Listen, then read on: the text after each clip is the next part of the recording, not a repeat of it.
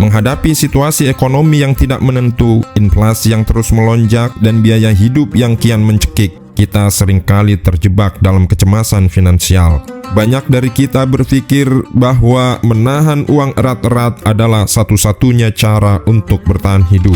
Namun, sebuah literasi keuangan langit yang tertulis dalam hadis sahih riwayat Imam Muslim membongkar sebuah rahasia besar tentang bagaimana sistem keamanan rezeki bekerja dengan cara yang sangat mengejutkan. Kisah ini bermula di sebuah padang pasir yang gersang dan sunyi. Seorang musafir sedang berjalan di bawah terik matahari. Tiba-tiba ia mendengar sebuah suara lantang dan jelas menggema dari dalam gumpalan awan di atas kepalanya. Siramilah kebun sipulan. Kejadian ini tentu di luar nalar. Sang musafir yang penasaran memutuskan untuk mengejar kemana arah awan itu bergerak. Benar saja, awan tersebut bergeser menjauh dan menumpahkan hujan deras secara khusus di sebuah lahan berbatu hitam. Seluruh air hujan itu mengalir rapi masuk ke dalam saluran air khusus, menuju ke sebuah kebun yang tampak subur di tengah kegersangan. Di kebun tersebut, sang musafir mendapati seorang petani sederhana sedang sibuk mencangkul dan mengarahkan aliran air hujan ke tanaman-tanamannya. Musafir itu mendekat dan bertanya, "Wahai hamba Allah, siapa namamu?" Petani itu menjawab, "Namaku Fulan." Nama itu sama persis dengan instruksi gaib yang didengar sang musafir dari atas awan tadi.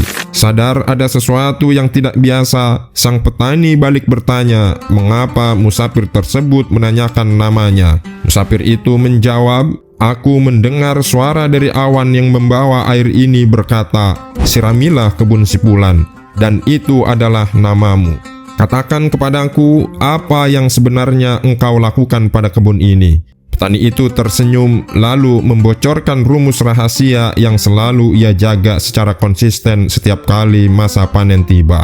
Ia menjelaskan, "Karena engkau telah mengetahui hal ini, maka ketahuilah bahwa setiap kali kebun ini menghasilkan panen, aku selalu menghitung dan membaginya menjadi 3 bagian yang sama rata. Sepertiga yang pertama langsung aku sedekahkan untuk fakir miskin dan orang yang membutuhkan. Sepertiga yang kedua aku gunakan untuk biaya makan dan nafkah hidup keluargaku. Sedangkan sepertiga yang terakhir aku putar kembali ke dalam kebun ini sebagai modal usaha untuk membeli benih dan perawatan musim berikutnya." Prinsip three-way split yang diterapkan petani ini adalah bentuk konkret dari manajemen risiko finansial terbaik. Ia tidak menghabiskan seluruh uangnya untuk konsumsi, ia tidak menimbun modalnya secara serakah, dan ia tidak pernah melupakan tanggung jawab sosialnya.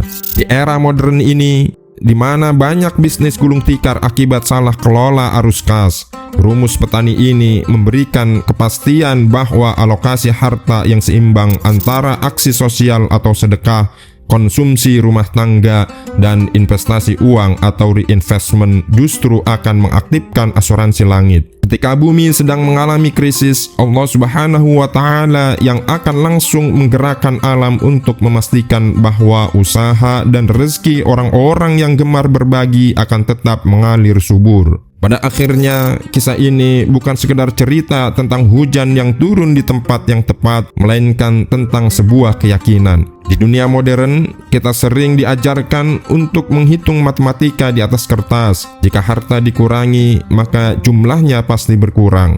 Namun, matematika Allah bekerja dengan cara yang sebaliknya.